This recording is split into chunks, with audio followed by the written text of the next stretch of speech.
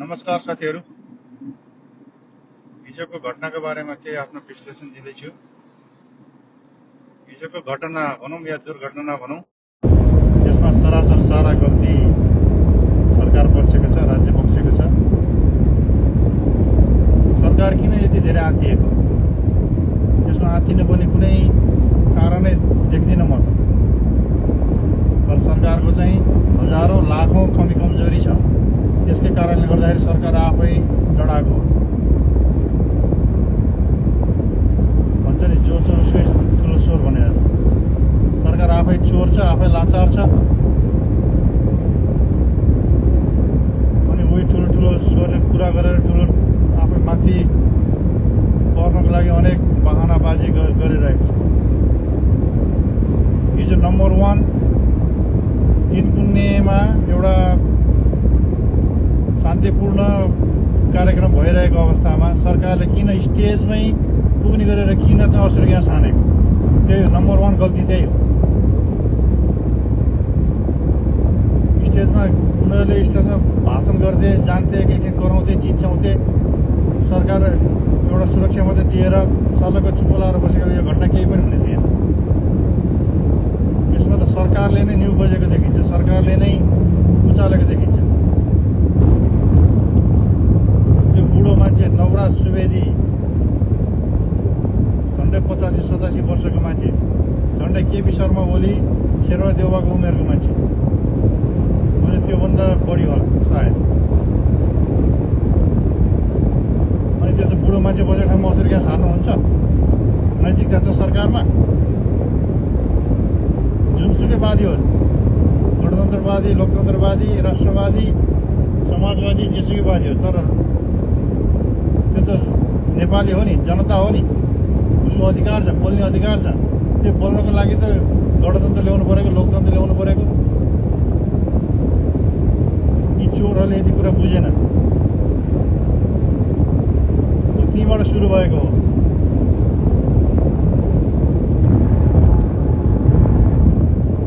हुन त म अमेरिकामा छु, नेपालमा त अहिले छैन। पर्याय आउनको लागि तयार छु। तर पनि सरसर्ती यहाँबाट हेर्दाखेरि, न्युजहरू हेर्दा, सबै कुरा गर्दाखेरि सरकारको गल्ती देखिन्छ। नम्बर 2 कुरो, नम्बर 2 त्यो प्रहरीले सायद एभेन्यूज टेलिभिजन, त्यो मिडिया, त्यो घरमा गएर, छतमा गएर किन असुर ग्यास हानेको, किन रबरको गोली हानेको, जुन चाहिँ त्यही टेलिभिजनको पछाडिको छिमेकीले पनि प्रश्न पारिसक्नु भएको छ। अर्काको घरमा गएर चाहिँ असुर ग्यास हाल्ने होइन नि। जानु चाहिँ हान्नु छ भने उसको सरकारी भवनमा जानु पर्यो, सरकारी टावरमा जानु पर्यो। यति पनि बुद्धि छैन। त्यो इलिगल तरिकाले अर्काको घरमा छिर्न पाइन्छ? कुनै सूचना बिना, कुनै पर्मिसन बिना? कारण त्यही हो। अनि यिनीहरूले गोली हानेको देखेपछि, अनिखेर चाहिँ त्यो आन्दोलनकारीले देखेपछि त्यो घरलाई टार्गेट गरेको। नत्र काठमाडौँमा लाखौँ घर छ, त्यही घर, त्यही 2टा घरलाई किन टार्गेट गरे? किनकि पुलिस त्यहाँ छिर्यो। पुलिस त्यहाँ छिरेर असुर ग्यास हाने माथिबाट, जुन चाहिँ आन्दोलनकारीहरूले देखे। तर आन्दोलनकारीहरूलाई चाहिँ त्यहाँभित्र जुन एउटा पत्रकारको निधन भएको छ, उहाँ चाहिँ भित्र हुनुहुन्थ्यो भनेर चाहिँ थाहा छैन। र जुन पछि थाहा पाउँदाखेरि प्रहरीलाई पनि चाहिँ हालगुहार गर्दाखेरि प्रहरीहरू जान मानेन, भित्र गर्न मानेन, छिर्न मानेन। र जुन त्यो निशाचीको कारण चाहिँ, जुन त्यो असुर ग्यास प्रहरीले बोकेर गएको थियो, त्यही नै विस्फोट भएर हो। औँसीमा फेरि त्यो डेट एक्सपायर भएको, 2009-2010 मा एक्सपायर भएको त्यस्तो असुर ग्यास युज गर्न पाइन्छ? यिनीहरूलाई त अन्तर्राष्ट्रिय कानुनले पनि छोड्दैन। त्यो सर्वसाधारणले त्यस्तो एक्सपायर भएको असुर ग्यासहरू युज गर्न पाइन्छ? चोरहरू। यही प्रमुख कारण, यही दुई कारण हो। र नम्बर 3, जुन एउटा एकजना वा दुईजना जनाको चाहिँ मृत्यु भएको छ आन्दोलनकारीको गोली लागेर। आन्दोलनकारीलाई गोली पेटमा या छातीमा टाउकोमा एकैचोटि हान्न पाइँदैन हो। एक त शान्तिपूर्ण आन्दोलन गरिरहेको अवस्थामा त्यो आवश्यकै छैन हो। आन्दोलन अलिकति भड्क्यो भनेदेखि त्यसको लागि चाहिँ घुँडाभन्दा मुनि हान्ने एउटा छ, एउटा सजगताको लागि, एउटा तर्साउनको लागि। कुनै पनि कानुन, कुनै पनि नियम त्यहाँ पालना भएको छैन सरकार पक्षबाट। र यो सारा जडको मेन नम्बर 1 रिजन चाहिँ केपी शर्मा ओली हो।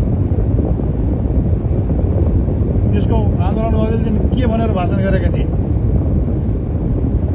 यस्तो आन्दोलन भइरहन्छ, यस्तो 4-5 हजारका जुलुसहरू निस्किरहन्छ, गइरहन्छ, कर्फ्यू लाग्छ अरे, के हुन्छ अरे,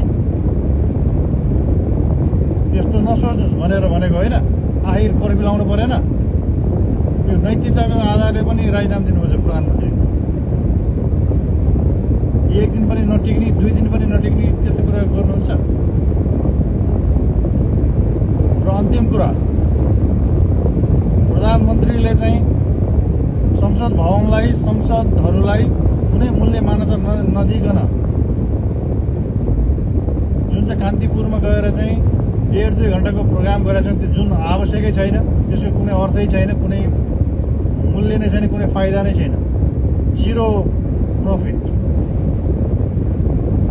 त्यो प्रोग्राममा गएर चाहिँ उपरखुट्टी लगाएर फेरि सायद पछिको भिडियोमा काटेको हुनुपर्छ, जुन मैले लाइभ न्युजमा हेर्दाखेरि त्यो भिडियोमा प्रधानमन्त्री उपरखुट्टी लगाएको मैले देखेको छु। एउटा जनताले चुनेको प्रधानमन्त्री भएर त्यो उपरखुट्टी लगाएर यो के अरे सार्वजनिक मिडियामा गएर त्यसरी बोल्न मिल्छ? संसारका कुनै पनि प्रधानमन्त्री, कुनै पनि राष्ट्रपतिले त्यसरी बोल्दैन, बोलेको मैले देखेको छैन। सबै हुनुपर्छ, सुरुमा प्रधानमन्त्री, राष्ट्रपति सबै हुनुपर्छ। र त्यो लगत्तै चाहिँ संसद भवनमा म जवाफ दिन जान्न, मैले जे गरेँ ठिक गरेँ, म सही छु भनेको मान्छेले अहिले आएर चाहिँ पछि 18 गते चाहिँ लुत्रुक्क भिजेको बिरालो जस्तो गएर चाहिँ जवाफ दिनु परेन? त्यस्तो कुरा बोल्ने हो? त्यस्तो कुरा गर्ने हो? अलिकति नैतिकता हुँदैन? अलिकति लाज शरम घिन हुँदैन? जे पनि बोल्ने, जे पनि गर्ने, यही अराजकता भने यही हो।